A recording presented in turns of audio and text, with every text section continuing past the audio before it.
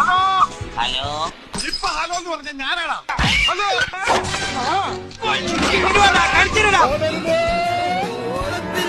അയ്യേ ചമ്മിപ്പോയേ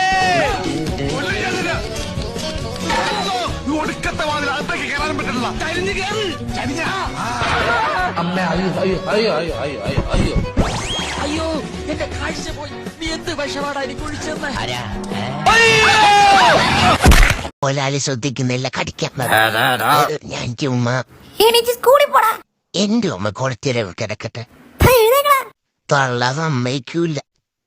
ഈ പാട്ടറിയട്ടെ, എന്റെ പൊന്നു ഉമ്മ ഫേവറേറ്റ്.